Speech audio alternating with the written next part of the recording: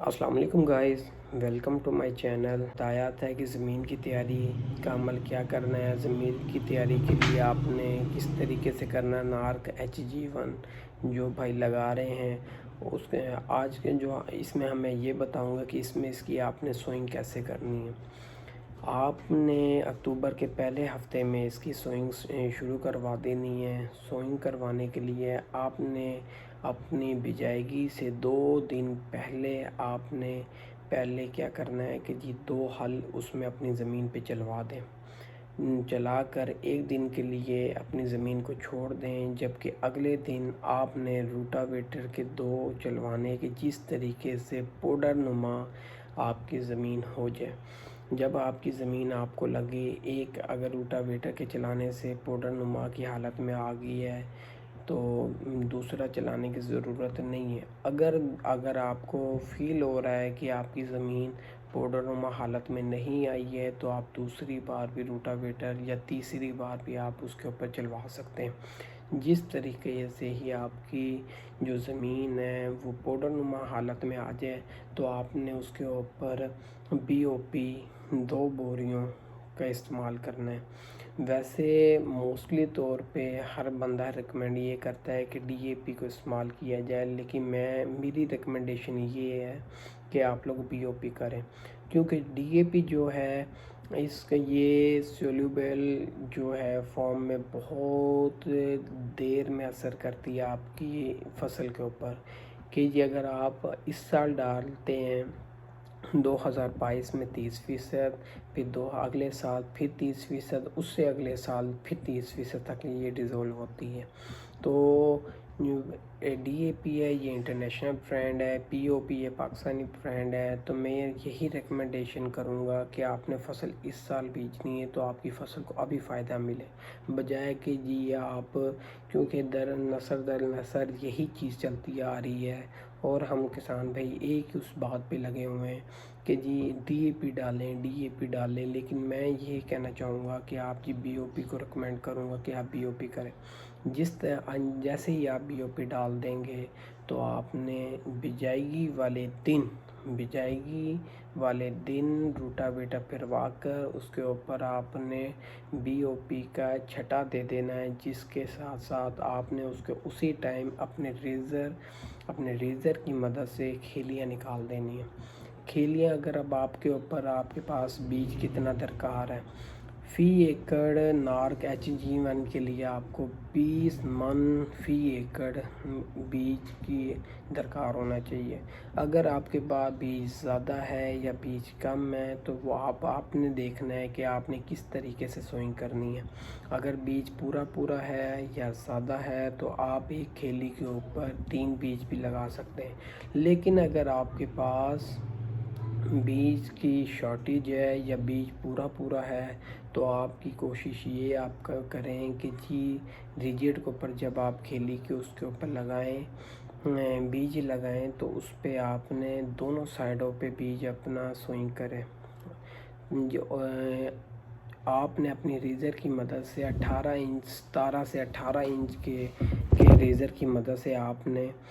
کھیلیاں نکلوا دینی ہیں، جس کی ٹاپ آپ کے پاس اگر 18 انچ ہے کا ریزر کی مدد سے آپ کھیلیاں نکلوائیں گے تو آپ کا جو ٹاپ ہے وہ 16 انچ کا آ جائے گا۔ 16 انچ میں آپ نے کوشش یہ کرنی ہے سوئنگ کے وقت آپ نے اپنا جو بیج ہے وہ ایجز سے تھوڑا اندر کی سائڈ پہ رکھیں، جس کی مدد آپ کو یہ ہوگی کہ جب آپ اس پہ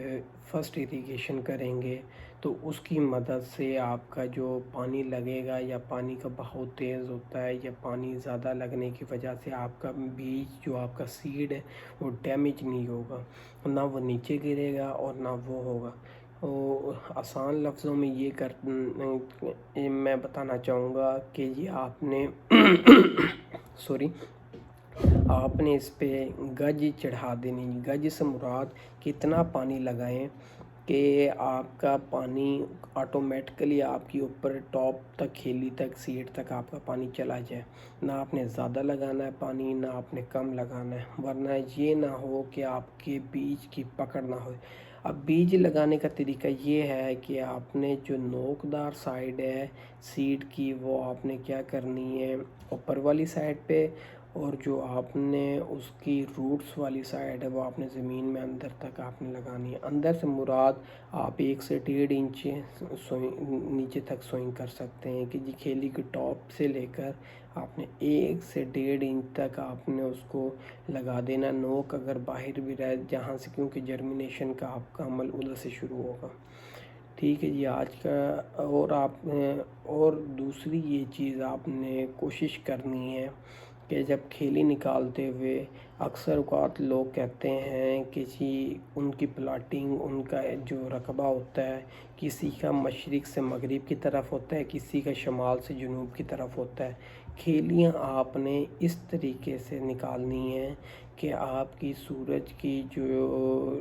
کرنیں ہیں وہ ان کا اخراج کھیلی کے دونوں سائڈ پہ ہو۔ یہ نہیں کرنا کہ جی آپ کی جب کھیلیاں نکال لیں تو آپ کی جو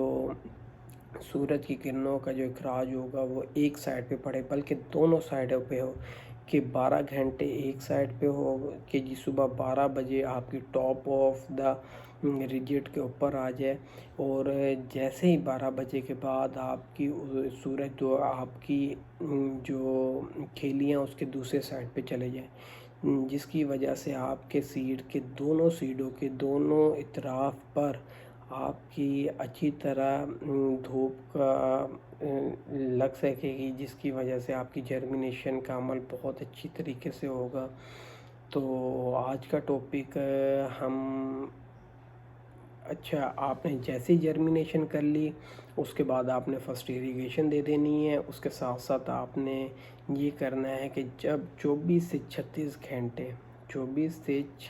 گھنٹے کے اندر آپ نے اس کے اوپر فل کلیئر کا اسپرے کر دینا ہے۔ فل کلیئر کا جو اسپرے ہے وہ آپ جب کروائیں، جب اس کا مقصد یہ ہوتا ہے کہ آپ جڑی بوٹیوں سے آپ ان کو اگنے میں آپ کی بچت دیتا ہے، وہ آپ کو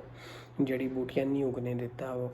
تو یہ 24 سے 36 گھنٹے آپ نے دیکھنا ہے کہ جی آپ کا پاؤں زمین کے اندر لگنے کے قابل یا کھڑے ہونے کے قابل ہو جائے تو آپ فی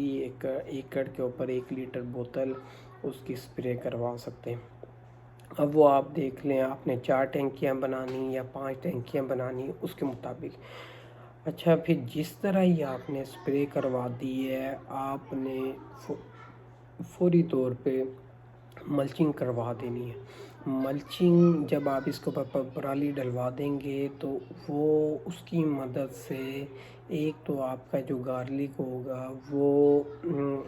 اوس سے بھی بچا رہے گا، اور دوسرا جڑی بوٹیوں کو اگنے میں بھی یہ آپ کی بڑی مدد کرے گا کہ جڑی بوٹیوں کو اگنے نہیں دے گا۔ جی ٹھیک ہے جی، آج کا ٹاپک ہم ادھر ہی ختم کرتے ہیں جی، اپنی دعاؤں میں رکھیں۔ السلام علیکم۔